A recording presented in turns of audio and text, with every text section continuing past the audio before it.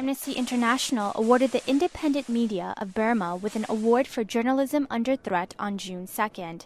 The event took place in the United Kingdom.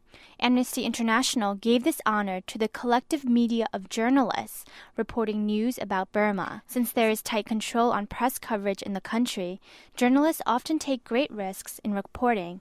Many journalists have been imprisoned, tortured, and killed. Kumar is a lawyer at Amnesty International based in Washington, D.C. He says that it is important to recognize the journalists who work for fighting freedom of the press. Freedom of press and independence of journalism is fundamentally important to have any free society anywhere in the world.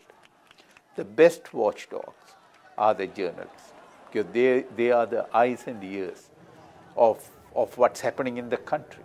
In the absence of journalism, you will find a society being decayed and controlled, and the society will become ineffective to function as a society.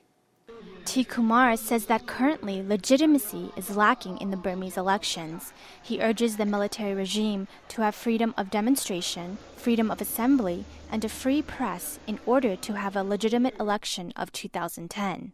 And it's in their own interest to open the country so that their own elections will looked upon as fair and free, to some extent that others will accept. Amnesty International recorded a chronology of reports of torture and human rights abuses in more than 100 countries.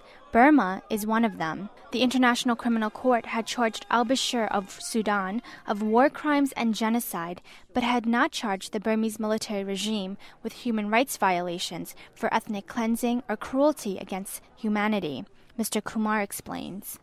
The International Criminal Court so far did not take any action on Burma. But that does not mean it will not take action in the future.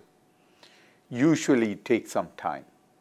There should be evidence that war crimes or crimes against humanity has actually taken place in Burma. Then the court will look into it. As for the elections, Mr. Kumar says it's still too early to make any predictions. Still, the Burmese military government can make a change to move in the right direction. We have seen Indonesia about 10 years ago, same military situation. And when it opened up, they were able to move in the right direction. Now, in Southeast Asia, Indonesia is one of the freest. So let's be optimistic because it's good that something is happening. Kaylin, Voice of America, Washington, D.C.